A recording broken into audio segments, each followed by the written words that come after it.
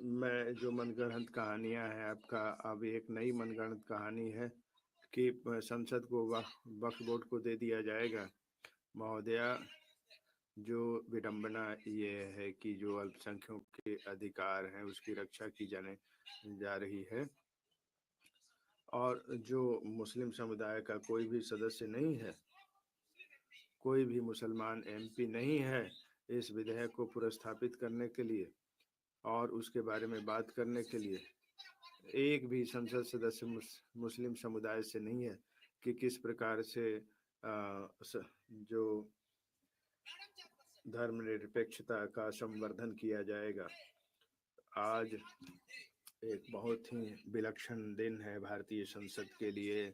हम अपने नियति को निर्धारित करने जा रहे हैं कि जो भारत के लोकतंत्र की यात्रा है, जो धर्मनिरपेक्ष देश की यात्रा है, जो जो हमारे जो स्वतंत्रता सेनानी थे, संविधान निर्माता थे, हमारे पूर्वज थे, उसको हराया जा रहा है सांप्रदायिक ताकतों के द्वारा। महोदय, मैं अपनी चर्चा इस बात से आरंभ करना चाहता हूँ। तमिलनाडु विधानसभा में एक संकल्प पारित किया था, श्री एम के स्टालिन द्वारा ये प्रस्ताव पेश किया गया था और उसे पारित किया गया। मैं उद्धृत करना चाहता हूँ कि जो वक्फ बोर्ड बिल वो अल्पसंख्यकों के अधिकारों के खिलाफ है, असंवैधानिक है, समुदाय के खिलाफ है और वक्फ की जो सेवा है उसके विपरीत है और अनावश्यक है, भ्रामक है, और जो वक्फ की संस्था है और मुस्लिम समुदाय को क्षति पहुंचाएगा। इसलिए इस विधेयक को वापस ले लिया जाना चाहिए। महोदया, सभापति महोदया, ये एक बहुत ही विडंबना वाला सवाल है।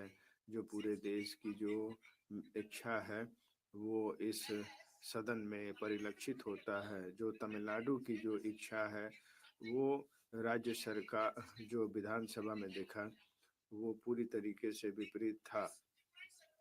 ये जो विपरीत भाव है, आप इसको स्वीकार नहीं करेंगे और इस देश की जो अखंडता है वो उस पे जो चरित्र है उस पे एक सवाल उठेगा।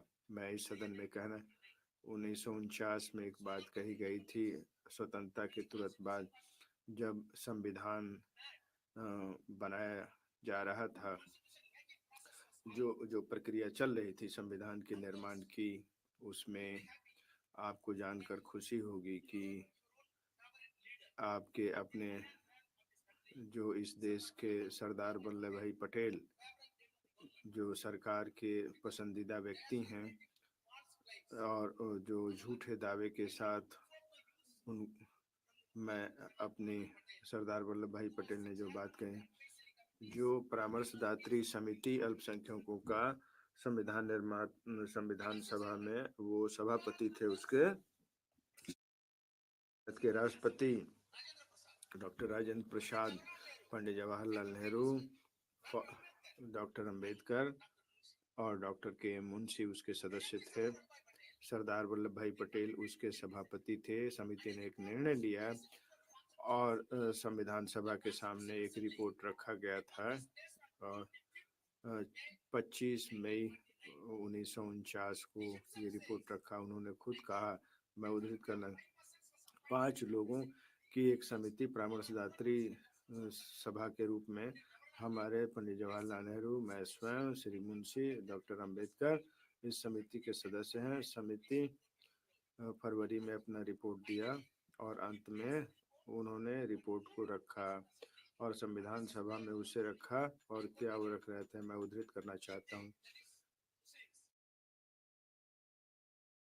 उनके पास इस निष्कर्ष पे आए हैं कि परिवर्तित परिस्थितियों में ये सबके हित में है कि जो एक धर्मनिरपेक्ष राज्य की स्थापना करनी है तो अल्पसंख्यकों के लिए जो जो बहुसंख्यक हैं उनके विचारों को माने और उसमें विश्वास करें। दूसरा भाग बहुत महत्वपूर्ण है और इसीलिए ये हमारे लिए जो जो अल्पसंख्यक महसूस करते हैं और किस प्रकार से उनके साथ व्यवहार किया जा रहा है, लेकिन ये सभी के हित में होगा कि यदि कोई भी बहुसंख्यक और अल्पसंख्यक होगा तो एक समुदाय होगा।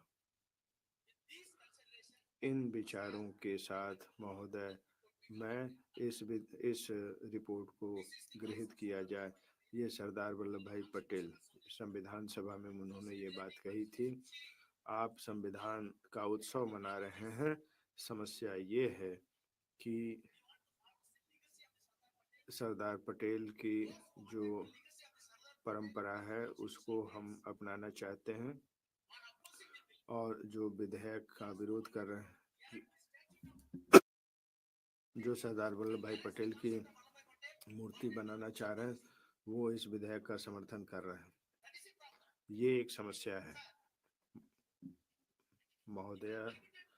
यदि जो जेनेसिस की शुरुआत 1954 में कानून बनाया गया था, उसके बाद से बाक में 59 में 64 में और 69 में इसमें संशोधन किया गया और 84 में एक समग्र संशोधन किया गया, व्यापक संशोधन किया गया। मैं सत्ता पक्ष और माननीय मंत्री जी से पूछना चाहता हूँ, 1984 से लेके जब भी इस सदन में संशोधन लाया गया तो उसका आधार था, उसमें चर्चा हुई और उसमें परामर्श किया गया तमाम हितधारकों से, और या तो संविधान द्वारा नियुक्त, संसद द्वारा नियुक्त किया गया या राष्ट्रपति द्वारा नियुक्त। 1984 का जो संशोधन था वो जो रिपोर्ट प्रस्तुत वक्फ जांच समिति द्वारा भारत सरकार ने नियुक्त किया था 1970 में, और इसलिए जो रिपोर्ट प्रस्तुत किया गया 14 वर्षों के बाद जो संशोधन किए गए, और जब मैं 1970 के कागजात को रखते हैं, काफ़ी अच्छी चर्चा हुई थी 1970 में। उसके बावजूद 1970 में जो विरोध किया गया ये 84 में आया।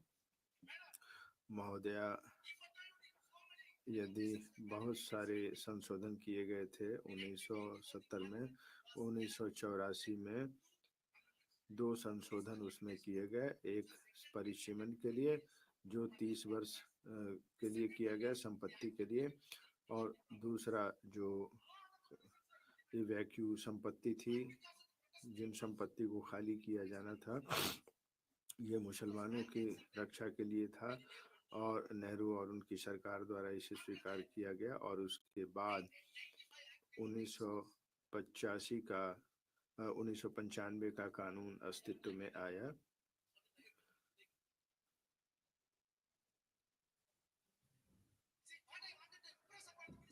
मैं माननीय मंत्री जी को और सदन को बनाना चाहता हूं कि जब भी संशोधन लाया गया तो उसका एक तार्किक आधार था और संस्थागत तरीके से उसे किया गया था। 1995 में किस प्रकार से ये कानून अस्तित्व में आया?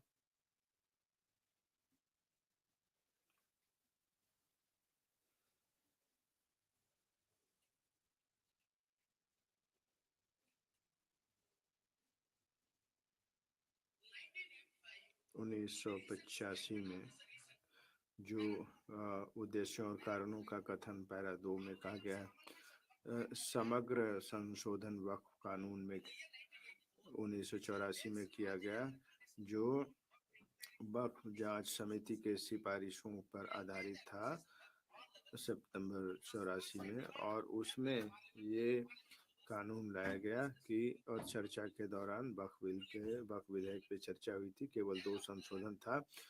उसके बाद जो मुस्लिम समुदाय द्वारा ये मांग की गई कि उस पर फिर से ध्यान दिया जाए और उसे संसद में रखा गया और 1995 का कानून अस्तित्व में है। और अब मैं 2013 पे आता हूँ, किस आधार पे उसमें कथन प्रधानमंत्री की उच्च स्तरीय समिति सामाजिक, आर्थिक और शैक्षिक आधार मुस्लिम समुदाय का, उसको माननीय प्रधानमंत्री को 17 नवंबर 2006 उस जिसे सच्चर कमेटी रिपोर्ट के नाम से जाना जाता है, चाहे वो 84 हो, चाहे 1995, चाहे 2013, उसका आधार था और उसमें चर्चा की गई थी और उसमें आपसी सहमति थी और उसके बाद श्वेत पत्र संसद में रखा गया और उसके बाद संशोधन किया गया। आप कृपया मुझे बताएं किस आधार पे इस विधेयक को इस सदन में लाया जा रहा है, किस आधार पे लाया जा रहा है। आप बहुत सारे कह सकते हैं, कितने हितधारक संयुक्त समिति में आए और आप जो है महोदया जो विधेयक ये बड़ा ही गुप्त और रहस्यमय तरीके से इस विधेयक को लाया गया है।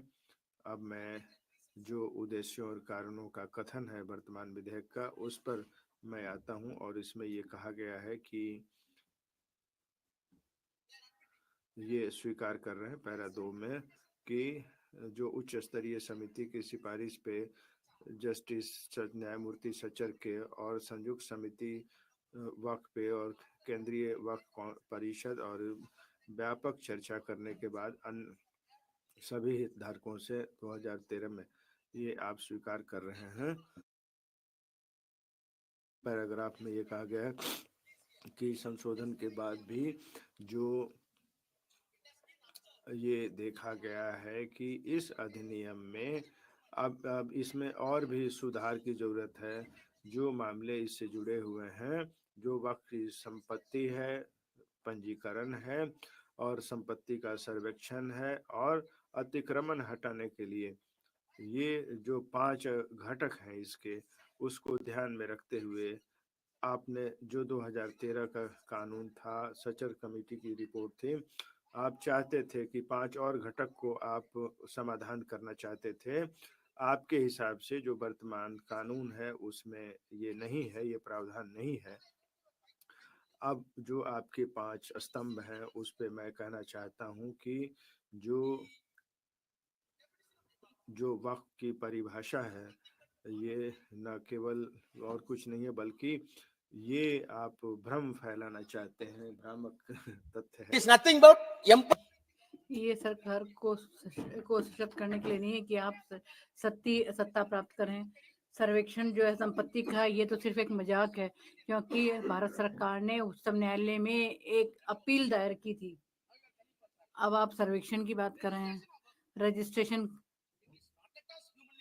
ये मानवीय आधार पर संभव नहीं है और जो बोर्ड है उनकी क्या शक्तियां होंगी। ये तो मनोरंजन का क्लब बन जाएगा, साधन बन जाएगा।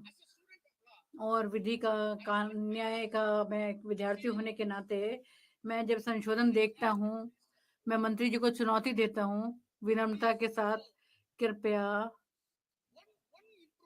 एक सुधार दिखाइए। ये जो 5 मदें हैं उसमें आप दिखाएं, तब मैं आपका सम्मान करूंगा, आपके सामने नतमस्तक होऊंगा, आपको सलाम करूंगा। लेकिन सभापति महोदया, मैं 22 साल से भी ज्यादा वर्ष से यहाँ पर हूँ। मैं विधायी कार्यों से पूरी तरह से अवगत हूँ, मुझे जानकारी है पूरी तरीके से। लेकिन क्या कभी आपने ऐसे विधेयक संसद में लाया गया है कभी? इसमें संशोधन को हटा दिए गए हैं चतुराई के साथ।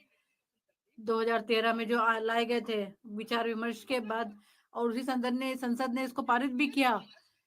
अगर आप ईमानदार होते तो आप इसको निरस्त कर देते। आप 1995 में इसको निरस्त कर देते। ज्यादातर जो संशोधन लाए गए थे 1995 में लाए गए, 2013 में ये जो है संशोधन हटा दिए गए हैं। इसका क्या आशय हुआ? मैं VR कृष्णा जो है प्रसिद्ध विधिवेत्ता, उनके बारे में बताऊंगा। संसद जो है एक कार्यकारी के लिए जो है सर्वोच्च है और पॉलिसियों का, नीतियों का देखता है और निर्णय लेता है लोगों के लिए। सरकार को कहता हूं कि ये संसद का इस्तेमाल हुआ है एक, और इसकी जो है अवमानना हुई है, इसको बहुत ये संविधान जो है उसके मुताबिक ये कार्य नहीं हुआ है, आपने इसकी अवमानना की है, इसके दर्जे को कम किया गया है। अब मैं प्रावधान पढ़ना चाहूंगा। परिभाषा देखिए, कल्याण बनर्जी सभी यहाँ पर हैं, मेरे भाई यहाँ पर बैठे हुए हैं। कल्याण बनर्जी, उन्होंने कहा कि जो लोग धर्म इस्लाम का को मानते हैं और जो कंट्री देश के लोग हैं, आपको ये सब कहाँ से मिला? मैं हिंदू हूँ, मैं विश्वास करूं या ना करूं, लेकिन किसी संपत्ति में निवेश करना, आप तो मेरी ईमानदारी की परीक्षा ले रहे हैं, मैं ईमानदार हूं या नहीं। अगर मैं धोखे में हूं तो हिंदू धर्म का अनुसरण करना तो बेकार है ना, उसका तो कोई इस्तेमाल नहीं। आप पारदर्शिता की, ईमानदारी की तो ध्यान ही नहीं देते, आप तो सिर्फ धर्म को ही प्राथमिकता देते हैं। ऐसे किसी कानून में, किसी देश में मैंने ऐसे प्रावधान नहीं देखे। आप देश के लोगों को कैसे जांचेंगे? इस्लामिक परंपराएं, इस्लामिक, मैं कांग्रेस से भी समय ले सकता हूँ महोदय, कृपया। उन्होंने इस बात को मान लिया महोदय। मैं तो सिर्फ परिभाषा की बात कर रहा हूँ। देखिए, वक्फ की जो परिभाषा है उसको देखिए ना, आपके मुताबिक आपका सारा प्रयास है। मैं ये कहना चाहता हूँ, ये जो लोग हैं वो संदेह के घेरे में आते हैं। आपने नए वाक्य जोड़े फिर इसमें, धारा 3 ए आ का, इसका क्या मतलब हुआ? क्या आपने धारा 3 का में कहा गया है कि सिर्फ जो मूल संपत्ति का जो जिसकी है वो ही जो है मूल, जो जिसका अधिकारी है, जो जिसकी संपत्ति है, मालिक है, वो ही ट्रांसफर कर सकता है, वो ही इसको, ये तो वो ही ट्रांसफर कर सकता है, वो ही इसको संपत्ति को जो है वो भेज सकता है, संपत्ति को दे सकता है, वही संपत्ति दे सकता है जिसका अपना हक है। तो आप 3 खा में कहा गया है कि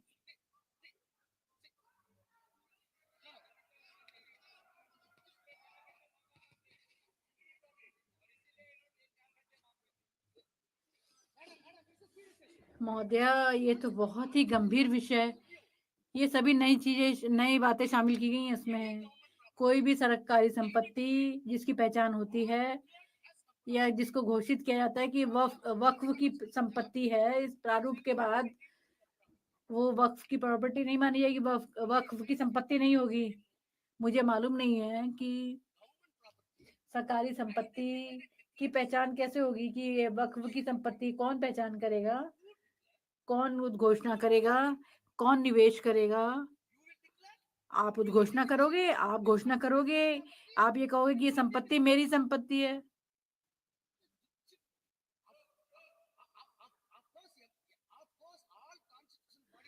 सभी संवैधानिक जो हमारे निकाय हैं, उनके सभी का, उसमें सभी को जो है विवेकतापूर्ण कार्य करने की स्वतंत्रता है। लेकिन आप ये तो नहीं कह, आप तो देखिए ना कि आप ये जो आपको विवेकपूर्ण निर्णय लेने हैं उसमें आप क्या कर रहे हैं। इसलिए सुधार के नाम पर सरकार ने प्रयास किया है कि वक्फ का जो अवधारणा है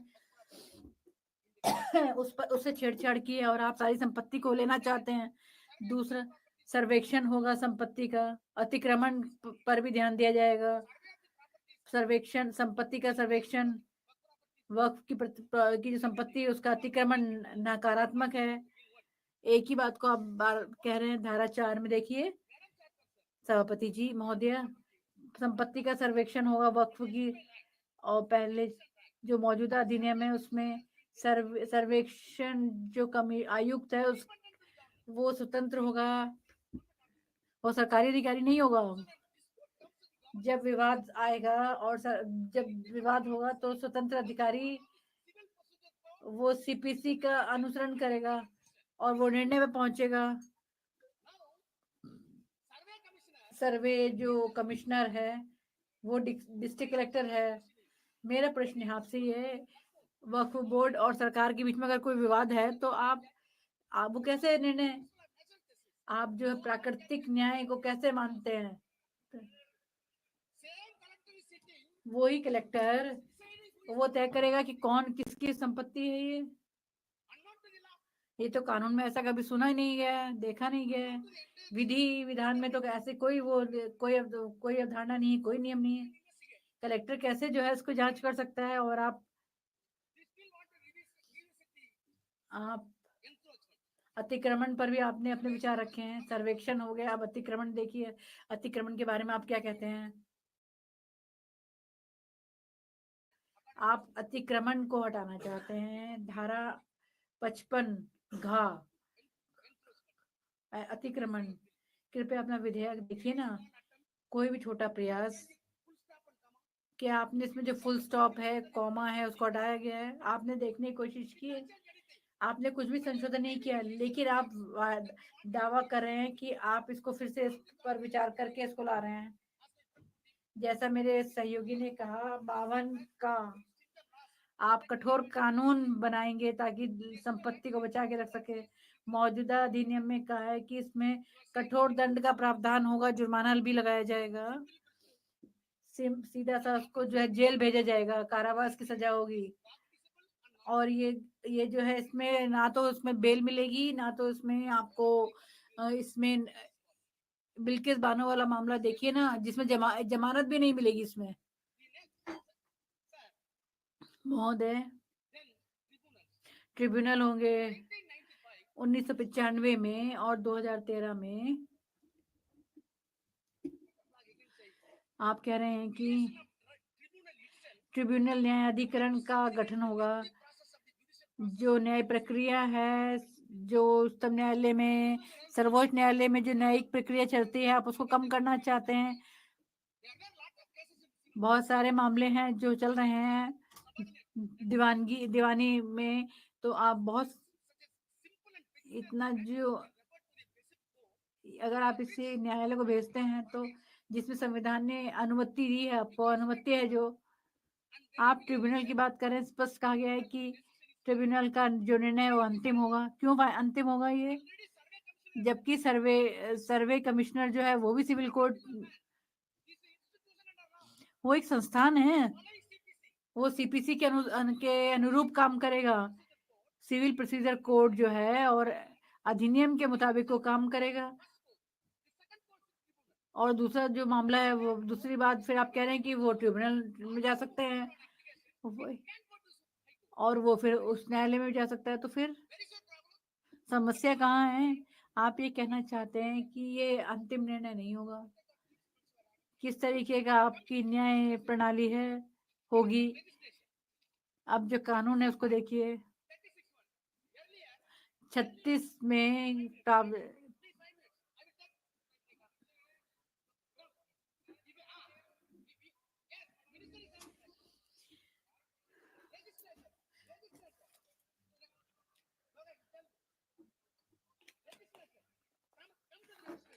आप कानून पर आइए, देखिए, अब देखिए इसमें जो पहले वक्फ की संपत्ति को घोषित किया जा सकता है। 36(1) में कहा जा सकता था कि ये वक्फ की संपत्ति है, प्रक्रिया के साथ को अपनाने के बाद। आप ये आप 7 का को उसमें डाल रहे हैं। 7 का में ये कहा गया है कि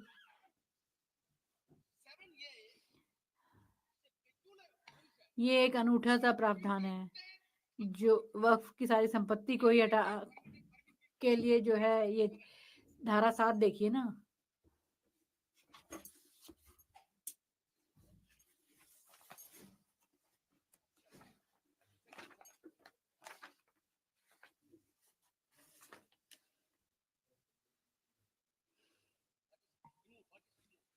सात का को आपने हटा दिया इसमें से, खेद है महोदय।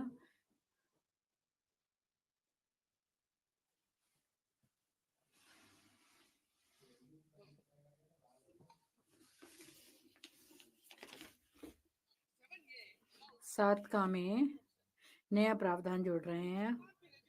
इसको रजिस्ट्रेशन इसका नहीं होगा, संपत्ति का रजिस्ट्रेशन नहीं होगा जब तक कि विवाद जो है न्यायालय में नहीं आता। कलेक्टर के पास ही पास शक्ति है, वो मामले के बारे में सुनवाई करेगा, रजिस्ट्रेशन के लिए वो सुनवाई करेगा। रजिस्ट्रेशन प्रक्रिया के दौरान अगर कोई विवाद होता है तो अंतिम निर्णय नहीं लिया जाएगा, ये तो न्यायालय लेगा। उच्चतम न्यायालय तक ये फैसला जा सकता है। उसके बाद धारा 10 में और आप ये कहना चाहते हैं कि ये संपत्ति जो है वक्फ की नहीं है, आप उच्चतम न्यायालय में जाएं तब तक इसको सरकारी संपत्ति मान लिया जाएगा। इसका अर्थ क्या हुआ फिर? ये तो सरकारी संपत्ति मानी जाएगी, इसका अर्थ क्या हुआ? अब आप रजिस्टर की बात कर रहे हैं, रजिस्टर है वो भी असंभव है। सभापति महोदया, संविधान जो बोर्ड में आप गैर मुस्लिम को क्यों उसमें शामिल कर रहे हो? हर अधिनियम में कहा गया कि हिंदू जो धर्म संबंधित बोर्ड है उसमें तमिलनाडु के अलावा सभी जगह बोर्ड है।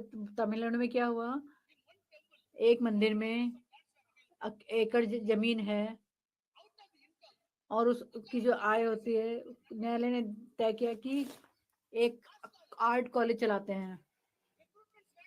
भर्ती के लिए भी प्रावधान किए गए, मेरिट के आधार पर ये भर्ती होनी थी। आरएसएस ने तुरंत कहा कि ये हमारी संपत्ति है, आप मुस्लिम प्रोफेसर को क्यों उसमें शामिल कर रहे हैं, उनको क्यों नियुक्त कर रहे हैं, ये तो हमारी संपत्ति है। अब आप ये कह रहे हो कि संपत्ति अलग है, धर्म अलग है, संपत्ति अलग है। हमें मत पढ़ाओ,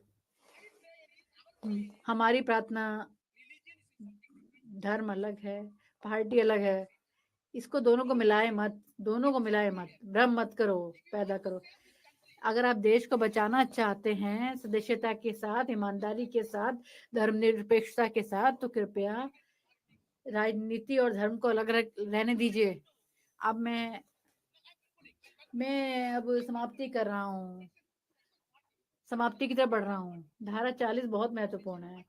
धारा 40 में कोई भी संपत्ति जो वक्फ की संपत्ति है, अगर उसमें को न्याय उसको अगर सोसाइटी अधिनियम के अंतर्गत उसको बदला जाता है, ये सांविधिक जो निकाय हैं इनकी ये वक्फ की संपत्ति क्यों है? अगर बोर्ड ये देखता है कि ये वक्फ की संपत्ति है तो वो तब वो इंक्वायरी करा सकते हैं, जांच कर बैठा सकते हैं सर, और आप नाम के आधार पर और सर्वेक्षण के आधार पर आप ये तय कर सकते हैं। आप ये प्रावधानों क्यों हटा रहे हैं, इसके लिए क्या कारण दिया गया है? जेपीसी में तो उस पर विचार विमर्श ही नहीं हुआ है। सभापति महोदया, 2 मिनट में महोदया प्लीज, आपको सुरक्षा के लिए जो भी विशेष अधिनियम है, पीस अधिनियम, भ्रष्टाचार को रोकने के लिए, अनुसूचित जनजाति के बारे में और कोई और प्रावधान देखिए, जो भी विशेष कानून बनाए गए हैं संसद के द्वारा, तो वहाँ किसी एक समुदाय के लिए उनको शक्तियां दी जाती हैं कि वो उस समुदाय विशेष का ध्यान रखें। लेकिन स्वतंत्रता के बाद मैं इसको अब समाप्ति की तरफ ही बढ़ रहा हूँ महोदया। भारत के राष्ट्रपति स्वतंत्रता के बाद एक वाक्य बोलने दीजिए महोदया। स्वतंत्रता प्राप्ति के बाद भारत के प्रधानमंत्री को अधिकार दिया गया कि देश के सभी जितने मुख्यमंत्री थे, देश में जितने भी मुख्यमंत्री थे, उन्होंने, प्रधानमंत्री जी ने पत्र लिखा था सभी राज्य के मुख्यमंत्रियों को। मैं आपको ये कहना चाहता हूँ कि एक कानून हो जो एक निजी सेना के इस तरह का हो, और नाजी पार्टी जर्मनी में जीती है, और अगर इस तरीके के हम परंपरा को जारी रखेंगे तो वो जो है भारत को बहुत नुकसान पहुंचाएंगे। जो नाजी जर्मनी में हुआ वो यहाँ नहीं होने देना चाहेंगे, और इससे जो है ये बहुत नुकसान होगा। किस पंडित जवाहरलाल नेहरू ने ये आरएसएस को लिखा था। मैं चेतावनी देना चाहता हूं आपको, इस सरकार को।